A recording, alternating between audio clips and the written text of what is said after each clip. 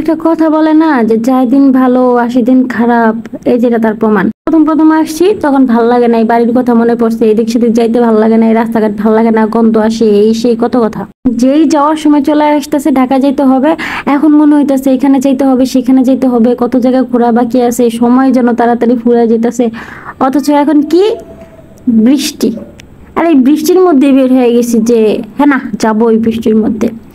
এই জায়গাটা হচ্ছে কাঠগড়, এই জায়গাটার নাম হচ্ছে কাঠগড়। আমার বাসা থেকে অটোতে 10 টাকা ভাড়া লাগে এই জায়গাটাতে আসতে। আগের ভিডিওগুলো যদি দেখে থাকেন কেউ তাহলে এই ব্যাপারে এগুলা সম্পর্কে ধারণা থাকবে। কাঠগড় থেকেও আমি বাজার করি, আবার আমার বাড়ির ওখানে স্টিল মিল আছে, মানে ওখানে যেহেতু 10 টাকা লাগে, এই দুইটা হচ্ছে দুই সাইডে আর কি, দুই দিকে। তো আমি দুই জায়গা থেকেই বাজার করি বেসিক্যালি।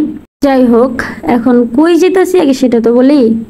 হচ্ছে পার্কিতে, পার্কি সমুদ্র সৈকত বা বিচ, পার্কের ওখানে আর একটু মানে ওই ওই জায়গাটাতেই, কিন্তু একটু দূরে আছে হচ্ছে প্যারাবন, ওইখানে যাওয়ার ইচ্ছা আছে। মূলত প্যারাবনটা দেখার জন্য আমি খুব বেশি এক্সাইটেড। তো এই বৃষ্টির মধ্যে আর কি এক্সাইটেড নিয়ে, যেহেতু দুদিন পরে ঢাকায় চলে যাব, ওই জন্য হচ্ছে বৃষ্টির মধ্যে বের হওয়া যেন ঘুরবো।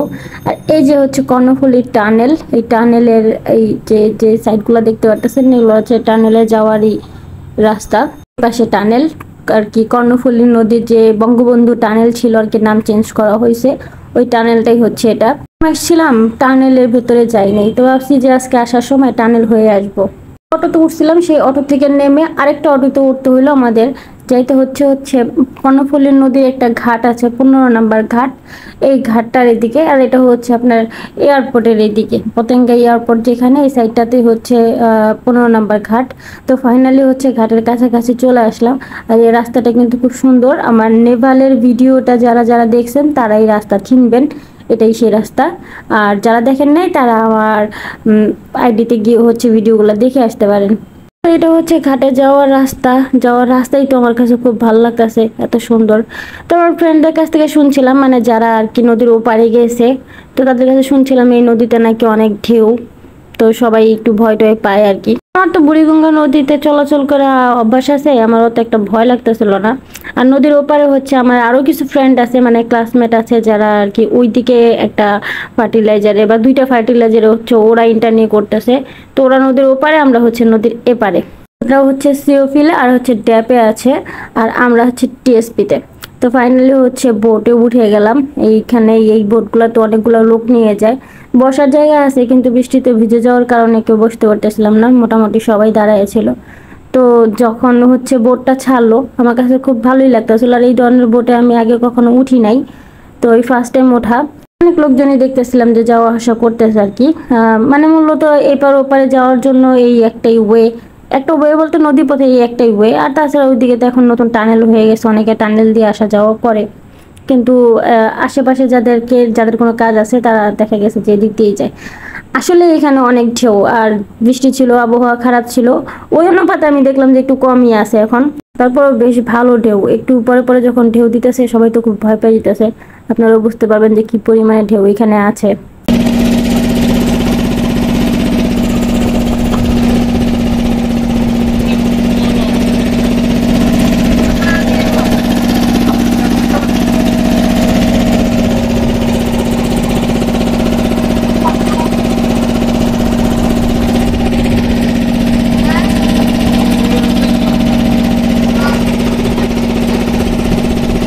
আমার একটু একটু ভয় লাগতেছিল, কারণ অনেক বেশি হিলতেছিল দুলতেছিল।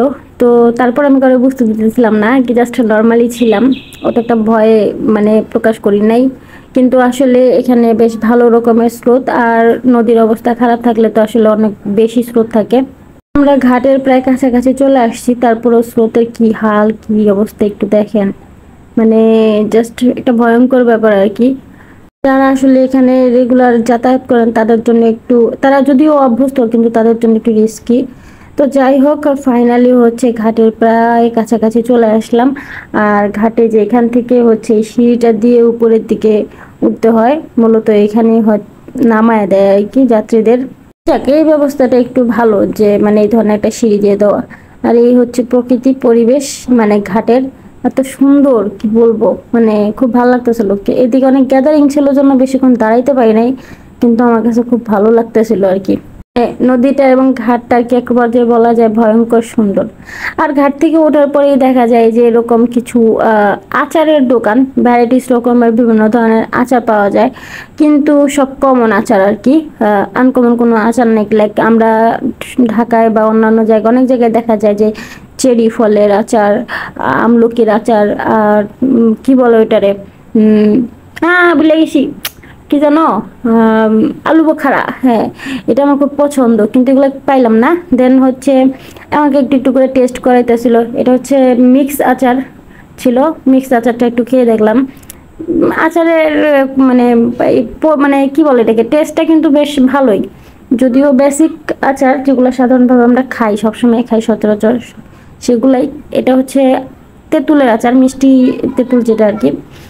তো আর কি ভাবলাম যে রিস্ক নিয়ে বেশি নেওয়ার দরকার নেই, টেস্ট ভালো আছে, তো ওই জন্য বেশি পরিমাণে না নিয়ে 20 টাকার মিক্স আচার, এবং হচ্ছে আমার মুখে পানি চলে আসছে। তেঁতুলের আচার নিয়ে আবার সামনের দিকে হাঁটা শুরু করলাম। এই ঘাটের এই পরিবেশটা কিন্তু বেশ ভালোই। এখন ঝামেলা যেটা হয়েছে যে সামনে যাওয়ার পরে একে তো বৃষ্টি, আবহাওয়া খারাপ, তার মধ্যে হচ্ছে এখানে যে সিএনজিগুলো আছে সব সিন্ডিকেটে ভরা রে ভাই। কেউ হচ্ছে লোকাল যাবে না, রিজার্ভ চাইতে হবে। এখন আমরা মানুষ 2 জন, আমরা কিভাবে রিজার্ভ যাব? রিজার্ভ চাইতে অনেক টাকা লাগতেছে, একটু ডিস্টেন্সের মোটামুটি আধা ঘন্টা 40 মিনিটের রাস্তায় যাইতেছে 200-300 টাকা চাইতেছে। এখন বার্গেনিং করে দেখলাম যে না, লস হয়ে যায়। তারপরে ভাবলাম যে ম্যাপে দেখলাম যেহেতু 40 মিনিটের মতো লাগবে, হাইটা গেলে 1.5 ঘন্টার মতো লাগবে, তো ভাবলাম যে চলো হাইটেই যাই, মানে গায়ের জোর দেখায় আর একটু হাঁটা শুরু করছিলাম। দেন হাঁটতে হাঁটতে এসে দেখি রাস্তার কন্ডিশন খুব একটা ভালো না, আর বৃষ্টি আস্তে আস্তে বাড়তে শুরু করছে। যদিও আমাদের সাথে ছাতা ছিল, কিন্তু এইভাবে আসলে বেশি হাঁটা যায় না। যদি রাস্তা পরিষ্কার থাকতো এবং আবহাওয়া যদি ভালো থাকতো, তাহলে সেই ক্ষেত্রে হয়তো বা হেঁটে যাওয়া যেত। আরও একটা প্রবলেম হচ্ছে যে যেহেতু এই রাস্তার মানে রাস্তাগুলোই হচ্ছে এরকম একটু, এই দূরপাল্লার রাস্তাগুলো যেরকম হয় না, লাইক ওই টাইপের, এখানে অহরহ গাড়ি টাড়ি পাওয়া যায় না। যেসব গাড়িগুলো আসা যাওয়া করতেছে এই গাড়িগুলা মূলত হচ্ছে কি বলবো এটারে, মানে যাত্রী নিয়েই আসতেছে, যাত্রী নিয়েই যাইতেছে, তাই জন্য পাওয়া যেতেছে না। তো হুট করে হচ্ছে একটা অটোতে দেখলাম যে অটো আর কি সিএনজির মতো, কিন্তু সিএনজি বলা যায় এবার, অটো রিক্সার মতো অনেকটা। তো পিছনে দুইটা ভাইয়া বসেছিল। তো মামার একটু বললাম, মামা আমাদের একটু পার্কে নিয়ে যান। মামা রাজি হইলো। দেন ওই ভাইয়া দুইটাকে সামনে নিয়ে আমাদের দুজনকে পিছনে সিট করে দিল। দেন একটু স্বস্তি পেলাম, যখন সিএনজিতে ওঠার সাথে সাথেই হচ্ছে খুব বেশি বৃষ্টি পড়া শুরু করছে। আর সিএনজিতে ওঠার পরে এই যে প্রকৃতি, সামনের প্রকৃতি দেখতেছি, এটা আসলে খুব সুন্দর, খুবই মানে মনোমুগ্ধকর। আর এগুলো দেখতে তো আমার আগাগোড়াই খুব ভালো লাগে। যদিও সিএনজির ভিতরে থাকা অবস্থাতে এই বৃষ্টির কারণে ভিজে যাচ্ছিলাম, কি পরিমাণে বৃষ্টি হইতেছে সেটা হয়তো বা একটু রিয়েলাইজ করতে পারতেছেন। তো ভিজে গেলেও আর কি আমার এগুলো দেখতে একরকমের খুব ভালোই লাগে। এই যে সামনে প্রকৃতি, আসলে সবুজ দেখলে মাথা মাথা নষ্ট হয়ে যায়। সবুজের প্রতি আমি উইক, দুর্বল, আপনারা সবাই জানেন যারা আমাকে নিয়মিত ফলো করেন। আর এই জায়গাটা নাকি একটা আবাসিক এলাকা করছে, এটা মামা বলল। এই এলাকায় আর কি মানে খুব রিচ ভাবে তৈরি করা আছে। এখানে ম্যাক্সিমাম ফরেনাররা এসে হচ্ছে স্টে করে। তো মামার সাথে এগুলো নিয়ে আলোচনা করতে করতে মামা একটু দুষ্টামি করতেছিল, এখানে নাকি তার ফ্ল্যাট কেনা আছে। তো যাই হোক, দেখতে দেখতে এই যে এই নদী রাস্তার পার দিয়ে যাচ্ছি, কিন্তু প্রত্যেকটা রাস্তায় এমন স্যাঁতস্যাঁতে ভিজা অবস্থা, মানে দেখে মনে হইতেছিল যে লাস্ট কয়েকদিন ধরে হয়তো বা বৃষ্টি পড়তেছে, কিন্তু না, গতকালকে রাত্রে থেকে হচ্ছে এই বৃষ্টিটা লং টাইম স্টে করতেছে আর থামতেছেই না। মানে একটু কমতেছে, বাট সারাক্ষণই একদম থেমে যেতেছে না আর কি। আমি আসলে ভাবছিলাম কি যে বাসা থেকে বের হই, এখানের আবহাওয়ার তো কোনো ঠিক ঠিকানা নাই, হয়তো বা এখন বৃষ্টি হইতেছে, পরবর্তীতে আস্তে আস্তে কমে যাবে, কিন্তু না, জিনিসটা পুরাই উল্টো ঘটছে। অল্প বৃষ্টি ছিল যখন বের হয়েছি, কিন্তু আস্তে আস্তে যত সময় যেতেছিল বৃষ্টির মাত্রা তত বাড়তেছিল, অতিরিক্ত বৃষ্টি হইতেছিল। তো এই যে চারিপাশের যে প্রকৃতি এত সুন্দর, মানে এখানে আসলে সিএনজি দিয়ে বা ঘোরাঘুরি করে মজা নাই। এইসব জায়গাতে হয়তো অটো রিক্সা লাগে, সরি অটো রিক্সা না, মানে প্যাডেল দেওয়া রিক্সা লাগে, অথবা হাইটা হাইটা যাওয়া লাগে, তাইলে আর কি অন্য রকমের একটা মজা বা ভাইব। তো ফাইনালি মামা হচ্ছে এই জায়গায় না বললো কি এইটাই পার্কি। আমি তো অবাক যে এইটা পার্কে হয় কিভাবে, পার্কি শুনছিলাম একটা বিচ, কিন্তু উনি আমাকে লুসাই পার্ক নিয়ে আসলো, একটা রিসোর্ট আছে এখানে বা পার্কের মতো। আমরা তো কখনো আসি নাই, তাই বুঝতে পারিনি। তো মামা বললো যে এখান দিয়ে সোজা বরাবর হাইটা যান, পেয়ে যাবেন। তো সোজা বরাবর মামার কথা মতো মামাকে ছেড়ে দিয়ে হচ্ছে হাঁটা শুরু করলাম। আবার দূর থেকে একটু দেখতেছিলাম যে সমুদ্রের মতো লাগতেছে, ওই জন্য আর কি হাঁটতে শুরু করলাম। এই স্পটটা সম্ভবত একটা পার্ক ছিল, আর এখানে সম্ভবত আগুন লাগছিল, যার কারণে এটা এখন পরিত্যক্ত অবস্থায় আছে। আর এই রাস্তাটা দিয়ে যাওয়ার সময় না খুব ভালো লাগতেছিল, যদিও বৃষ্টি পড়তেছিল, অনেকটাই ভিজে গেছি, মানে প্রায় 70% ভিজে গেছি। তারপরেও ভালো লাগতেছিল, কেন জানি প্রকৃতিটা আসলে খুব ভালোই লাগতেছিল। তার মধ্যে বৃষ্টিটা আমি এনজয় করতেছিলাম এক রকমের। যখন ওই যে গাড়ি পাইতেছিলাম না, ভাড়া বেশি যাইতেছিল, তখন একটু খারাপ লাগছে, কিন্তু এখন এই ঘোরাঘুরি করতে বৃষ্টির মধ্যে এটা খারাপ না, এটা বেশ ভালো লাগতেছে। তো পার্কে যাওয়ার মনে হয় এই একটাই রাস্তা, সামনের দিক দিয়ে হচ্ছে এটা এই রিসোর্ট বা এই যে লুসাই পার্কের সামনে দিয়ে হচ্ছে হেঁটে হয়তো বা পার্কে যাইতে হয়। তো আমরা ওইদিকে যাইতেছি। আমরা যখন নামলাম তখন দেখলাম যে আরো কিছু লোকজন যাচ্ছিল, তো আর কি একটু নির্ভয় হইলাম যে না হতে পারে লোকজন যেহেতু যেতেছে। ফাইনালি সামনে আস্তে আস্তে এই অবস্থা, আই হাই রে! এই হচ্ছে পার্কি সমুদ্র সৈকত বা বিচ। এইটা কিন্তু অনেক সুন্দর, বৃষ্টির কারণে চারিদিক সাদা হয়ে আছে, মানে নিচে উপরে সামনে সব জায়গায় হচ্ছে সাদা, মানে কুয়াশা কুয়াশা একটা ব্যাপার, অন্য রকমের একটা ভাইব, অন্য লেভেলের একটা ভাইব। সবসময় তো বিচে যাওয়াই হয়, কক্সবাজার অন্যান্য অনেক বিচে গেছি, পতেঙ্গা বিচেও গিয়েছি, কিন্তু এখন যে ফিলটা হইতেছে এইটা আসলে সচরাচর অন্যান্য বিচে গিয়ে আমার হয় নাই। বিচের ফিলগুলো আমার এভারেজ থাকে, কিন্তু আজকে আমার বেশ ভালোই লাগতেছে। আনফর্চুনেটলি বলবো না ফর্চুনেটলি বলবো আমি বুঝতে পারতেছি না, আমি পড়ে গেছিলাম কেটস। তো বৃষ্টি যখন বিচের দিকে সামনের দিকে আগাইতেছিলাম, নিচে অনেক পানি ছিল, কেটসের ভিতরে পানি ঢুকে গেছে, আর অনেকটাই ভিজে গেছি, কারণ বৃষ্টি অনেক বেশি মানে জোরে পড়তেছিল। তো প্রায় 80% এই মোমেন্টে আর কি ভিজে গেছি। তো সামনে ওনাদের ফলো করে করে একটু আগাইতেছিলাম, ওনাদের আমি চিনি না। যে ভাবলাম যে না এই জায়গায় দাঁড়ায় একটু নিজেদের মতো করে ফিল নেওয়া যাক। আর ও যে দূরে অনেকগুলা মানুষ দেখা যাইতেছে, ওরা ওইখানে বৃষ্টিতে ভিজে ভিজে আর কি ফুটবল খেলতেছে। ওদের ফিলের কথা নাইলে বাদই দিলাম, ওরা তো যে ফিল করতেছে সেটা তো করতেছেই। আমি আসলে মানে এরকম একটা পরিবেশ পাই অন্যরকম একটা মানে ফিলিংসে ঢুকে গেছিলাম। আমি বেসিক্যালি যেসব জায়গাতে ঘুরতে যাই, মানে এটা আমার সৌভাগ্য আমি বলতে পারি, কোনো না কোনো কারণে সেটা একটা মানে স্মরণীয় সময় বা স্মরণীয় ঘটনা হয়ে থাকে আর কি। এত সুন্দর পরিবেশ থাকে। এর আগে চন্দ্রনাথ পাহাড়ে গেলাম, সেখানে আপনারা দেখছেন যে সেটার ভিউ কীরকম ছিল। তারপরে হচ্ছে তারও আগে সাজেক গেছিলাম, সেটারও ভিউ দেখছেন আপনারা যে কীরকম ছিল বা কী হয়ে গেছিলো। আর আজকে এখানে এত সুন্দর, সব সুন্দর আর সব ভয়ঙ্কর আইসা এখানে থমকা গেছে। মিনিটের মধ্যেই হচ্ছে বৃষ্টি এত জোরে এত প্রবলভাবে মানে ঝরতে লাগলো, আর এত বাতাস আসতে লাগলো। তো সামনের দিকে যাইতে চাইও ভাবলাম যে না যাব না। ওই যে দূরে কুয়াশার মধ্যে হালকা একটা জাহাজের মতো দেখা যায় আর কি, ছোট্ট, হ্যাঁ একটু আবসা আবসা দেখা যাইতেছে। আমার বাসা বা আমি যেখানে থাকি এটা যদি এটার আশেপাশে হইতো, আমি এখন বিচে একটা দৌড় দিতাম, আর ওই যে ওদের সাথে হচ্ছে যে এখন আমি ফুটবল খেলতাম। তো ফাইনালি কি হইলো, বেশিক্ষণ ওখানে স্টে করতে পারি নাই, কিন্তু যতক্ষণ দাঁড়াইছিলাম ভিডিও তো আসলে করতে পারি নাই, মোবাইল ভিজে যাচ্ছিল। আমি তো আর ক্যামেরা দিয়ে ভিডিও করি না, বা ওয়াটারপ্রুফ কোনো কিছু নাই, আইফোনও নাই, যার কারণে আমি বেশিক্ষণ ভিডিও ওখানে নিতে পারি নাই। কিন্তু আমি বেশ সময় ওখানে দাঁড়াইছিলাম, ওই জায়গাটাকে দেখতেছিলাম। দেন দৌড়ায় আসলাম হচ্ছে এরকম একটা টঙের দোকান আছে, এই দোকানের ভিতরে আসলাম, তারাও সুন্দরভাবে আপ্যায়ন করলো। আসার পরে একটা বসার জন্য একটা সিট দিল, মানে একটু ফ্রেশ হইলাম, একটা টিস্যু নিয়ে একটু ফ্রেশ হইলাম। দেন এক কাপ চা দিল, চা চাইলাম, চা দিল। এইরকম একটা পরিবেশ, এরকম একটা মানে দৃশ্য, আর এরকম একটা আবহাওয়ার সাথে আপনি দাঁড়ায় দেখতেছেন এবং এক কাপ চা হাতে নিয়ে খাইতেছেন, এই অনুভূতি আসলে স্বর্গীয় অনুভূতি। এটা আমি আপনাদের এক্সপ্লেন করে বলতে পারবো না, আমার পক্ষে পসিবল না। যদি মানে এখানে যারা ছিল তারা তো জানেই, আর যদি আপনারা কখন এই মোমেন্টগুলোতে পড়েন তাহলে আপনারা সেটা বুঝতে পারবেন বা ফিল করতে পারবেন। কিন্তু আমার ব্যক্তিগতভাবে আমি আসলে বলতে পারবো না যে এটার অনুভূতিটা কেমন। যদি এই ধরনের সিচুয়েশনে কারো কোনো মোমেন্ট থেকে থাকে বা ফিল অনুভব যদি আপনি প্রকাশ করতে পারেন, তাহলে সেক্ষেত্রে অবশ্যই কমেন্ট করে জানাই দিবেন আপনার সেই অনুভূতির কথা। বাবুটার আমি একটু পরে পরে দেখতেছিলাম, বাবুটা একটু ফিটার খাইতেছিল, ওর ফিটার খাওয়াটা আমার খুব ভালো লাগতেছিল। ফিটার না ফিডার, যাই হোক আর কি, হোয়াট এভার খাইতেছিল। কিন্তু তারপরে ও আবার একটু পরে পরে এক একটা জিনিস খাইতেছিল, আমিও ওর সাথে সাথে তাল মিলে একটা পর একটা জিনিস খাইতেছিলাম। প্রথমে হচ্ছে চা খাইলাম, তারপরে হচ্ছে এখানে চিপস টিপস অনেক কিছুই ছিল, এগুলোও খাইছি। আর ওরা খুব চটপটি বানাইতেছিল। ভালো কথা, চায়ের রেটিং তো দিলাম না। আমি যদিও ফুড ব্লগার না, এখানে যে এরকম একটা পরিবেশে এখানে একটা চেয়ারে বসে সামনে বীজ দেখতেছে, সবাই খেলতেছে, সেগুলো দেখতেছি, ঝড়ো হাওয়া মতো মানে বাতাস, দমকা বাতাস এসে এসে গায়ে লাগতেছে, এই অনুভূতিটা অন্য রকমের।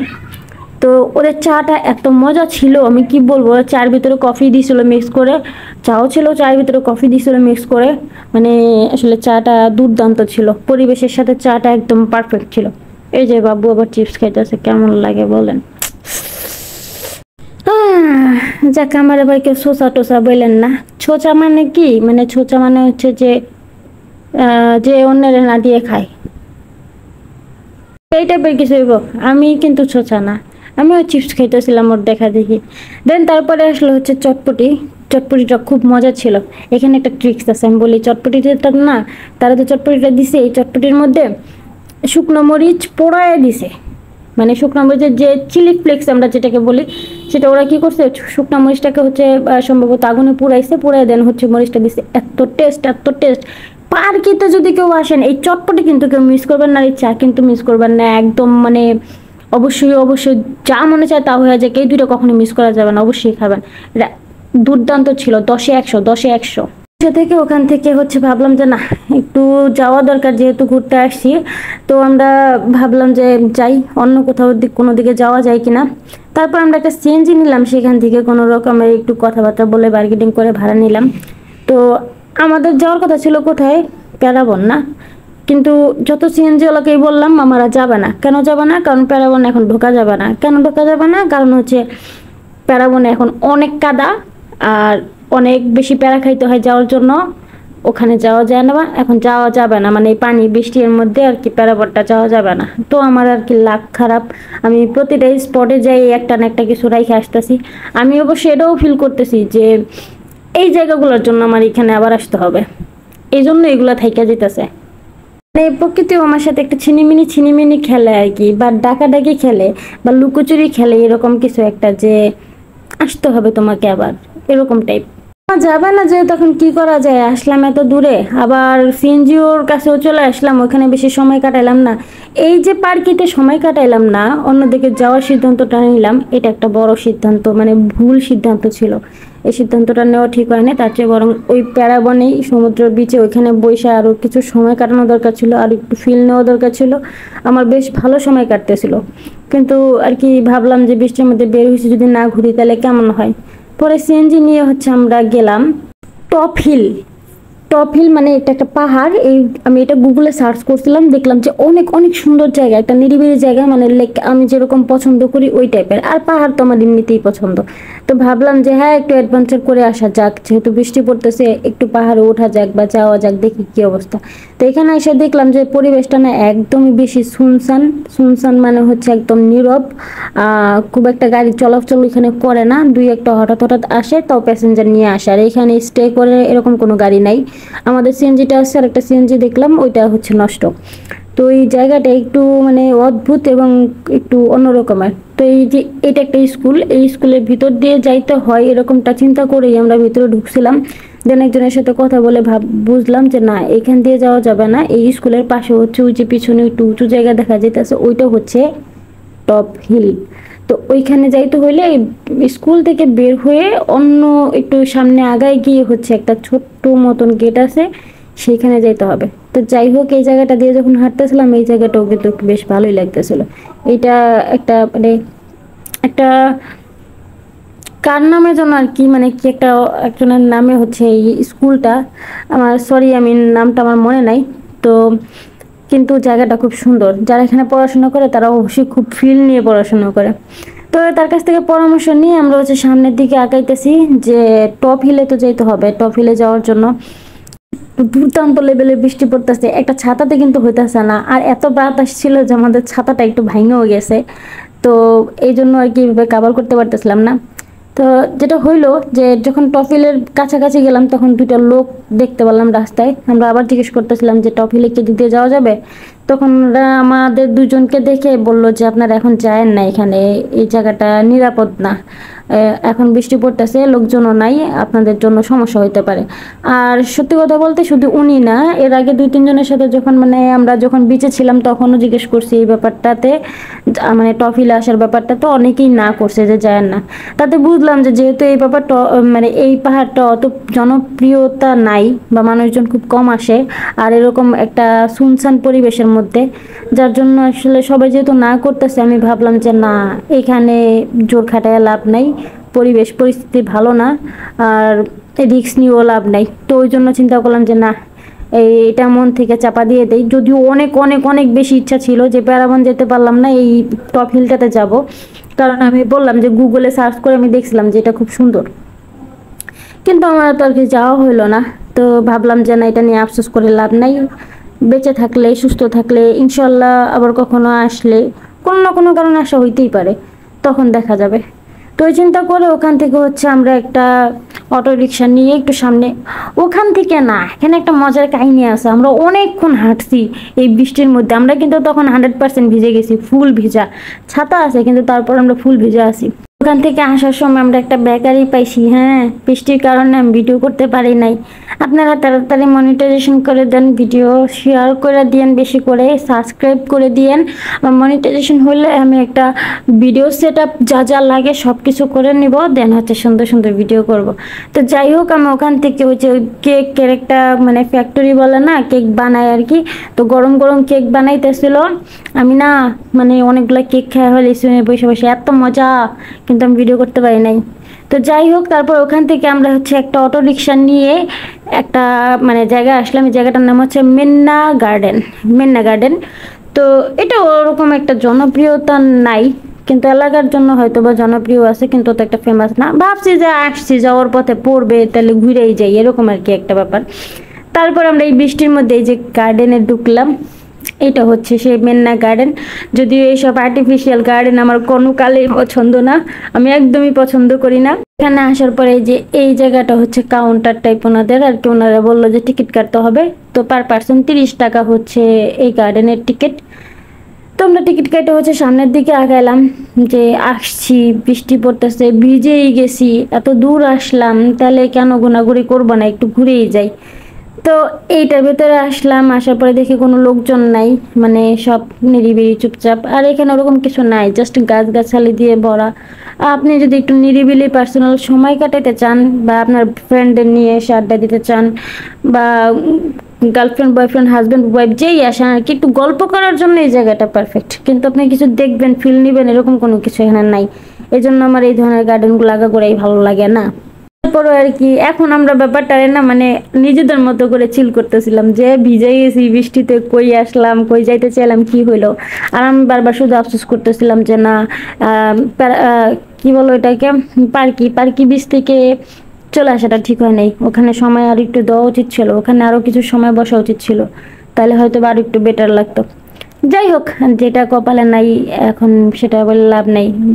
টপ হিলেও যেতে পারলাম না, প্যারাবনেও যেতে পারলাম না, ইনশাল্লাহ কোনো একদিন অবশ্যই আসবো। আমার এই ভিডিওটা একটু লং হইতেছে, কারণ এখানে মানে অনেক বেশি অ্যাডভেঞ্চার হয়েছে তো এই বৃষ্টির কারণে। মানে এই যে আমার ক্যামেরাতে একটু ঘোলা টোলা দেখতেছেন, এগুলোর জন্য আমি সরি। কারণ আমি খুব সেফলি ভিডিও করার চেষ্টা করতেছিলাম, কিন্তু আসলে পারা যেতেছিল না, কারণ অনেক বৃষ্টি ছিল। এখন অনেকে এসে বলবেন এত কষ্ট করে ভিডিও করার দরকার কি, না ভিডিও করার কোনো দরকার ছিল না, কিন্তু আমার একটা ব্যাপার মানে কনসেপ্ট মাথার মধ্যে এরকম যে আমি যেখানে যাই ওই জায়গাটার একটা ভিডিও যদি আমার কাছে থাকে, কোথায় গেছিলাম, কেমন ছিল, আমি আমার মতো করে মানে অনেক সময় হয় যে আমি বোরিং থাকি বা ভালো লাগে না, তখন আমি আমার এই ভিডিওগুলো দেখি, আমার কাছে তখন আবার একটু মানে মুভ অন করতে পারি, আমার ভালো লাগে যে না এই জায়গায় গেছিলাম, এই জায়গাটা এরকম। আবার ফ্যামিলি মেম্বারদের দেখাইতে পারি যে দেখো আমি কোথায় কোথায় গেছিলাম, সাথে তো আপনারাও দেখেন। এই জন্যই আর কি এত রিক্স নিয়ে এত ঝামেলা করি ও ভিডিওগুলো করি। আর এখন এই যে বৃষ্টির মধ্যে ভিডিও করার উদ্দেশ্য ছিল এইটাই, যে কতটা স্ট্রাগল করে গেলাম, কিন্তু ওরকমভাবে ঘুরতে পারলাম না। তবে যাই হোক, পার্কের ওই ফিলটা নিয়ে আমি আসলে স্যাটিসফাইড। তো এই যে এখান দিয়ে ভেতরের দিকে যাওয়া যায়, আমার ক্যামেরাতে মানে পানি পড়ছে মোবাইলের, সবাই একটু মানে কনসিডার করবেন এই জায়গাটাতে, সরি। মোটামুটি ব্যাঙের মতো লাফাইতে লাফাইতে দোকানের ভিতরে চলে আসলাম। ভাবছিলাম যে হয়তো খিদা লাগতেছে একটু পরে পরে, হ্যাঁ হাঁটাহাঁটি করতেছি তো অনেক, তো ভাবছিলাম যে খাবার দাবার খাওয়া যাবে, কিন্তু আসলে কিছু পাইলাম না। দেখলাম যে মুড়ি মুড়ি মুড়ি ঝুলায় রাখছে প্যাকেটে করে। তো ওই যে উনি ছাতা মাথায় আসতেছে, ওনাকে আমি বললাম কি এই মুড়ি কি দিয়ে খাওয়ান? আমি ভাবছি যে হয়তো পেঁয়াজু টেয়াজু এই টাইপের কিছু ভাইজা টাইজা হয়তো মুড়ি খাওয়ায়, কিন্তু না, পরে যেটা শুনলাম আমার অস্থির লাগছে শোনার পরে, যে যে পাশে ওনারা একটা জায়গা করছে, সেখানে কিছু মাছ আছে, অনেকে মুড়িগুলা কিনে নিয়ে যায়, ওই মাছদের খাওয়ায়, হাতে তালি দিলে বা চুটকি দিলে হয়তো বা মাছগুলো আসে, দেন হচ্ছে মুড়ি খায়। পরে আমার অনেক খারাপ লাগছে যে আমি এখন নিজেই খাইতে পারতেছি না, বৃষ্টিতে ভিজতেছি, ঘুরতেছি ফিরতেছি, আমি এখন মাছের কখন কিভাবে খাওয়াবো? এই জায়গাটার মধ্যে ওনারা মাছ ছেড়ে রাখছে, এখানে নাকি অনেকে মুড়ি টুড়ি খাওয়ায় মাছ কিনা। তাই আসলে যদি খাওয়াইতাম, যদি বৃষ্টি না থাকতো, যদি একটা ভালো পরিবেশ থাকতো, তাহলে হয়তো বা মাছে মুড়ি টুড়ি খাওয়াইতাম। তো আমি নিজেও খাইতে পারি নাই, ওরেও খাওয়াই নাই আর কি। তো ভাবলাম যে দূর ভিজা গেছি, আসছি, ঘুরি, কি আর করবো। দেন হচ্ছে যে এইটা দিয়ে একটু এপার থেকে ওপারে গেলাম। আসলে ছবি তোলার মতো কোনো সিস্টেম ছিল না, আমি যে ভিডিও করতেছিলাম ছাতার নিচে একটু কোনো মতো মতো একটু পরে পরে মোবাইলটা বের করতাম আর করতাম, ভিডিও করতাম। ওখানে বেশি সময় আমি স্টে করি নাই। দেন হচ্ছে একটা সিএনজি নিয়ে আবার ওখান থেকে চলে আসছি। এখন আমার যাওয়ার পর হচ্ছে আমি টানেল দিয়ে যাব, যাই হোক আর তাই হোক, এই বৃষ্টির মধ্যে এই আবহাওয়ার মধ্যে আমি আর নৌকার ঘাট দিয়ে যাব না। আর আমি এটা প্ল্যান করেও আসছিলাম যে আমি আজকে টানেল দিয়ে যাব। তো লাইফের ফার্স্ট টাইম আমি টানেল দেখতেছি এবং টানেলের ভিতর দিয়ে যাইতেছি। আমি এই জায়গাটাতে এসে আবার সুপার ডুপার এক্সাইটেড হয়ে গেছি যে টানেল দেখতেছি। কারণ ঢাকায় থাকলে এইদিকে ট্যুরের জন্য অনেকেই অনেক জায়গায় আসা হইতো, কিন্তু পতেঙ্গায় আসা হইতো না, এটা সত্যি কথা। পতেঙ্গা মানে সীতাকুণ্ড পর্যন্ত আসতাম, কিন্তু পতেঙ্গায় আমার আসা হইতো না। আর পতেঙ্গা না আসলে, কর্ণফুলী নদীতে না আসলে আমার এই টানেলেও আসা হইতো না। তো এই যে টানেলে যাওয়ার পথে যে এরকম রোড, বৃষ্টির কারণে আরো বেশি খুব খুব বেশি সুন্দর লাগতেছে। বৃষ্টিতে সবাই শুধু এদিক সেদিক ছোটাছুটি করতেছে, আর যে ঠান্ডা লাগতেছিল একদম শীতকালের মতো, শীতে কনকন কনকন করতেছিলাম। মাঝে মাঝে তো এই বাসে যখন উঠছি আইসা, তখন তো বাসের ভিতরে ঢুকে মানে ঠোঁট মোটা আমার কাঁপতেছিল, মানে শব্দ এসে পড়তেছিল এরকম, মানে খুব হয় না শীতের বেলা, যেটা শীতের সময় যেরকম হয় আর কি, ওরকমটাই হইতেছিল, এত ঠান্ডা লাগতেছিল। পরে কিন্তু অনেকক্ষণ যে কি বলে বাসের ভেতরে জানালা বন্ধ করে থাকার কারণে আবার একটু শরীরটা হিট হয়েছে, কিন্তু অনেক বেশি ঠান্ডা ছিল। তো যাই হোক, এই যে এখানে হচ্ছে মানে কি বলে যেন এটারে, মানে কি যেন নেয় ব্রিজের উপরে, টোল টোল ফি, হ্যাঁ এখানে সে একটা টোল টোল দেওয়া লাগতেছে। তো বাসটা হচ্ছে টোল দিল, আমি কোনো মতে একটু জানালাটা খুলে জাস্ট মোবাইলটা অ্যাঙ্গেল করে ধরে রাখছিলাম। বৃষ্টির মধ্যে মোবাইলের ভিতরে পানি ঢুকছে, মানে মোবাইলের ভিতরে পানি ঢুকে মোবাইলের কন্ডিশন অনেক বেশি খারাপ হয়ে গেছে। যাই হোক, আমি আর কথা হচ্ছে আমি টানেলে যাইতেছি, আমার একটু দেখতে হবে। আমি কিন্তু পদ্মা সেতুতে উঠছি, সেটা আপনারা দেখছেন আমার আগের অনেক অনেক আগের ভিডিওতে, পদ্মা সেতু ভিডিও দেওয়া আছে। এখন সেটা তো সেতু, টানেলে তো জীবনে কোনোদিন উঠি নাই, কারণ আমাদের দেশে তো এই একটাই টানেল, আর এটাও নতুন। তো এই যে টানেলে ঢুকতেই শুরুর দিকটা বেশ সুন্দর করেই সাজানো, আর খুব দ্রুতই হচ্ছে এই যে টানেলের মুখে চলে আসছি, টানেলের দিকে ঢুকে গেলাম। সুন্দর লাইটিং সিস্টেম করছে, বেশ ভালোই লাগতেছে। আরেকটা মজার বিষয় হচ্ছে এই টানেলটা পুরোটা যাইতে 3 থেকে 3.5 মিনিটের মতো সময় লাগছে। আর ভেতরে একটা অদ্ভুত সাউন্ড এবং অদ্ভুত রকমের ঠান্ডা। আর টানেলের ভেতরটা হচ্ছে যাওয়ার রাস্তা একদিকেই, আবার আসার রাস্তাটা পুরোটাই অন্যদিকে, মানে বাস যেগুলো আসতেছে সেটা অন্য সাইড থেকে আসতেছে, মানে মাঝখানে একটা আর কি বর্ডার দেওয়া আছে, মোট কথা যেটা। আর প্রচুর ঠান্ডা ছিল, শীত শীত কেমন লাগতেছিল, একটা অন্য রকমের অদ্ভুত পানির শব্দ ছিল।